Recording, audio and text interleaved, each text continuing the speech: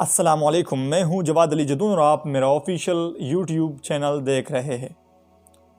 نیا سال شروع ہوتے ہی مختلف موضوعات زیر بحث رہے، جن میں کچھ نیشنل اور کچھ انٹرنیشنل ایشوز بھی شامل ہیں۔ انٹرنیشنل ایشوز میں جو سب سے زیادہ چرچے میں رہا وہ معاہدہ لوزان۔ معاہدہ لوزان کے بارے میں آپ لوگوں کو شاید علم ہو، لیکن آج کے ویلاگ میں انشاءاللہ ہم معاہدہ لوزان پہ تفصیل سے بات کریں گے کہ آخر یہ معاہدہ ترکی اور مغرب طاقتوں کے درمیان کیسے طے پایا گیا۔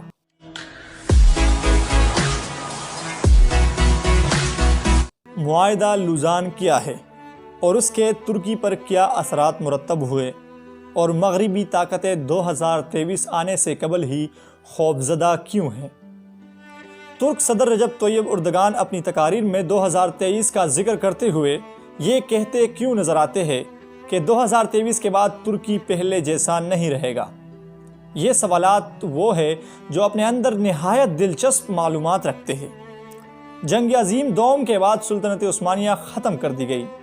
مغرب کے سازشوں کے پیش نظر جدید ترکی کے بانی کمال اتا ترک نے مغربی طاقتوں سے 1923 میں ایک معاہدے پر دستخط کیے جس کو معاہدہ لوزان کہا جاتا ہے۔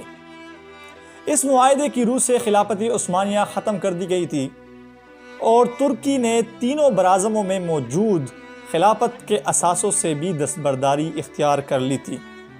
معاہدہ لوزان ایک صدی یعنی 100 سال پر محیط تھا، جو کہ در حقیقت ترک عوام اور مسلمانوں کے خلاف مغرب کی ایک ایسی چال تھی جس نے ترکی کے ہاتھ پاؤں باندھ کر رکھ دیے تھے۔ 2 سال بعد یعنی 2023 میں اس معاہدے کی مدت مکمل ہو کر یہ معاہدہ غیر مؤثر ہو جائے گا۔ معاہدہ لوزان جنگ عظیم اول کی فاتح قوتوں کے درمیان طے پایا گیا۔ اس معاہدے کے وقت صورتحال کچھ یوں تھی کہ فاتح قوتیں ترکی کے بڑے حصوں پر قابض ہو چکی تھی۔ ان قوتوں میں سے برطانیہ نے وہ خطرناک اور ظالمانہ شرائط معاہدہ لوزان میں شامل کروائی تھی جن کی روح سے ترکی کے ہاتھ پاؤں باندھ دیے گئے تھے، اور ترکی کو اگلے 100 برس تک اس معاہدے پر عمل درآمد کا پابند قرار پایا تھا۔ آئیے اب معاہدہ لوزان کی شقوں پر نظر ڈالتے ہیں۔ معاہدہ لوزان کی روح سے خلافت عثمانیہ ختم اور سلطان کو ان کے خاندان سمیت ترکی سے جلاوطن کر دیا گیا تھا۔ خلافت کے تمام املاک ضبط کر لی گئی تھی، جن میں سلطان کی ذاتی املاک بھی شامل تھی۔ ترکی کو سیکولر اسٹیٹ قرار دیتے ہوئے دینی اسلام اور خلافت سے اس کے تعلق پر قدغن لگا دی گئی اور اس کا باقاعدہ اعلان کر دیا گیا۔ ترکی پیٹرول کے لیے نہ اپنی سرزمین پر اور نہ ہی کہیں اور ڈرلنگ کر سکے گا، اور اپنی ضرورت کا سارا پیٹرول امپورٹ کرنے کا پابند ہوگا۔ باسفورس عالمی سمندر شمار ہوگا اور ترکی یہاں سے گزرنے والے کسی بحری جہاز سے کسی قسم کا کوئی ٹیکس وصول نہیں کر سکے گا۔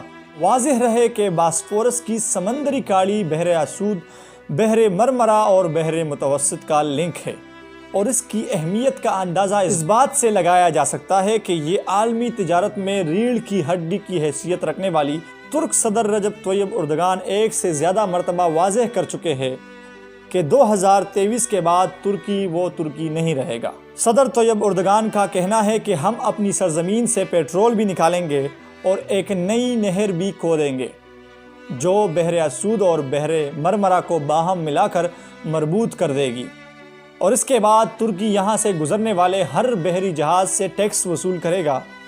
اس صورتحال سے ساری کہانی واضح ہو جاتی ہے کہ مغرب کیوں ترک صدر رجب طیب اردگان کا اتنا سخت دشمن بنا ہوا ہے۔ 2023 میں جب معاہدہ لوزان ختم ہو جائے تو اللہ کرے کہ امت مسلمہ کو یکجا کرنے کے لیے ترکی کا اہم اور کلیدی کردار ہو۔ آخر میں یہی کہوں گا کہ 2023 میں معاہدہ لوزان ختم ہونے کے بعد اللہ کرے کہ ترکی امت مسلمہ کو اکٹھا کرنے کے لیے ایک جل کا کردار ادا کرے اور امہ کو یکجا کرے۔ ہم سب کی یہی دعا ہے کہ اللہ تمام مسلمانوں کو اتحاد اور اتفاق نصیب فرمائے۔